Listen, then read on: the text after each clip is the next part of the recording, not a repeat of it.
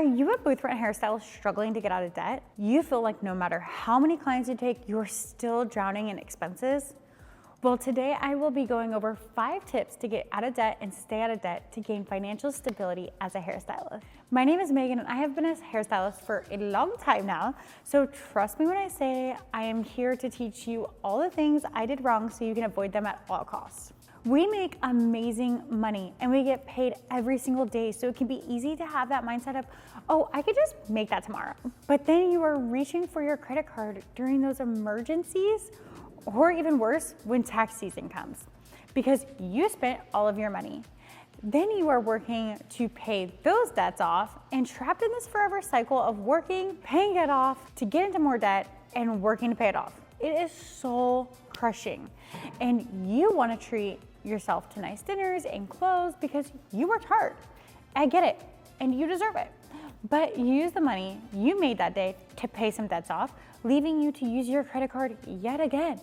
Most people in the United States are so accustomed to having credit card debt because companies make it seem so normal, and even having Klarna and Afterpay at the checkouts, even for clothes.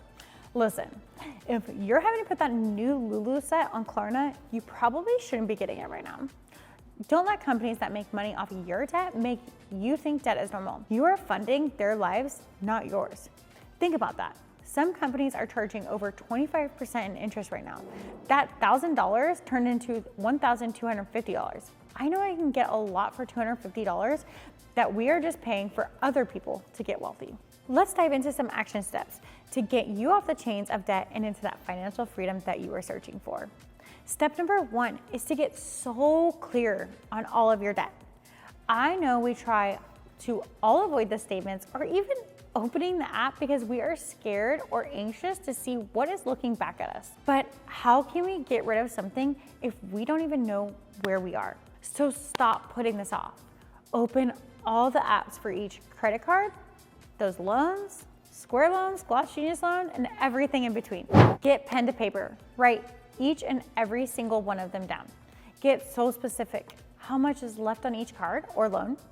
What is the minimum payment and the date it's due by, and how much the interest is on each. This sounds horrible to have it in your face. I know, I get that, but this will give you a clear sense of where you are at, and in a weird way, give you your control back.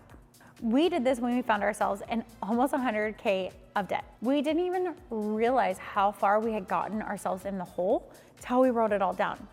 You're probably thinking, how the F did you actually not know you were in that much debt? Well, guess what? I had a credit card, Brad had a credit card, we had some car loans that we just always said that we were gonna promise to pay off in 3 months, etc., etc. Getting it pen to paper is a huge wake-up call. Tell yourself this is you taking the control and your power back. As scary as it is, you got this. We created a whiteboard that listed everything out and hung it in our room, so we had to see it every single day, multiple times a day.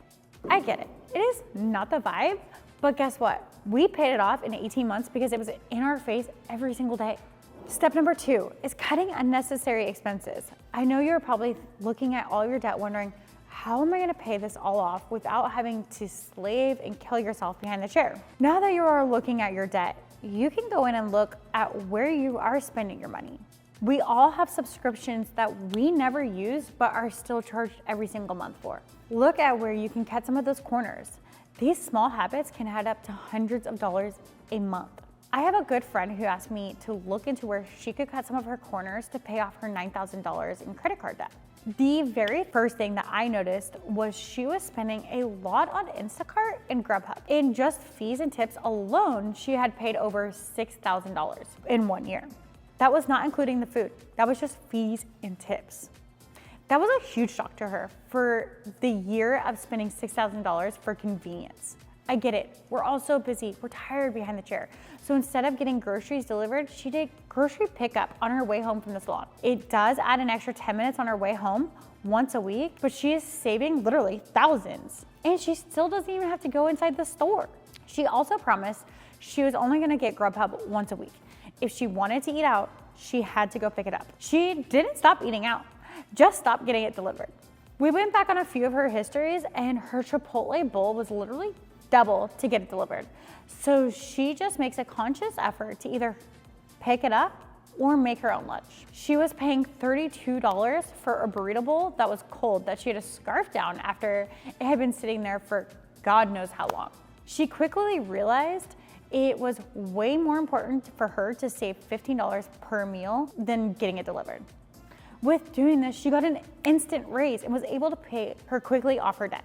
I want to hear from you. What is the scariest thing that you think about when it comes to money? Is it debt, not knowing where your money is going, or just even scared of the word money itself? Step number 3, let's create a snowball plan, or known as the debt snowball method. We live in a world where we want things immediately or instant. We all want to feel like we are getting somewhere and fast. That can be hard when the interest is working against you while you're paying your debt off. So let's start with your smallest debt. Now that you have canceled your subscriptions and cut unnecessary expenses out, you should have a little extra money to put towards these debts. Look at your paper that has had all your debts listed out. Look at the smallest step first. Start by aggressively attacking the smallest step first while making the minimum payments on all the others. We all know we get paid every day or week, so an extra $20 or $100 you have after each week, pay extra on this card. It will get paid off. Literally scratch it out and put the new total down each time you pay it down. You will feel so accomplished by doing this. You are doing this for yourself and taking your power back. Once that smallest debt is paid, go to the next smallest debt.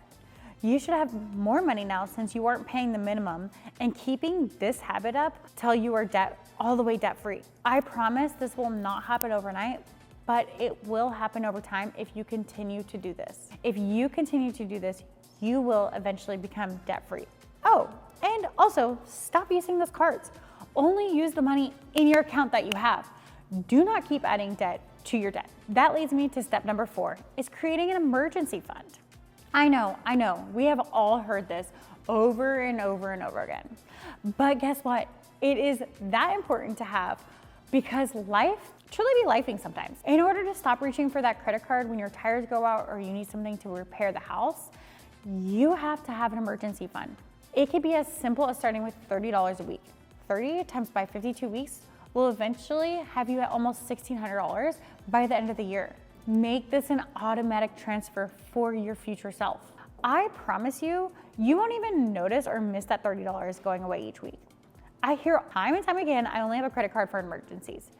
You will not need that credit card if you have this emergency fund. Don't pay double for your tires or whatever came up with that credit card interest. Have the funds ready for your future self and stop holding on to that emergency credit card. Why are you keeping it around? Stop this. You could change that mindset by having this emergency fund. Step number 5 is to create your own personal conscious spending plan.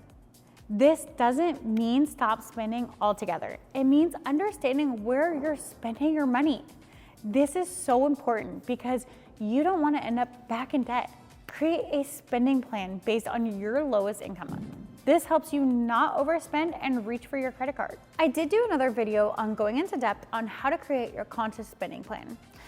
Click the link in the description to go further into creating in detail your conscious spending plan as a booth rent hairstylist. I hope this video has helped you get your power back with debt and your money. If you have any questions, please write a comment and I will be happy to respond. If you have found this video helpful, please like and subscribe for more videos about hair, money, and business.